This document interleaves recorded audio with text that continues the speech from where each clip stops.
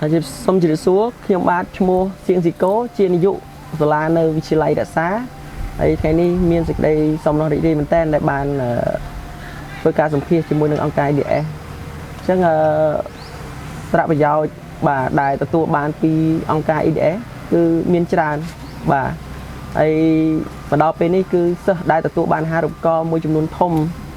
ដែលមកពីតំបន់ឆ្ងាយក៏ដូចជាគ្រួសារក្រីក្របានបន្តរៀននៅក្នុងសាលាវិទ្យាល័យរក្សាយើងនេះបាទបានជាប់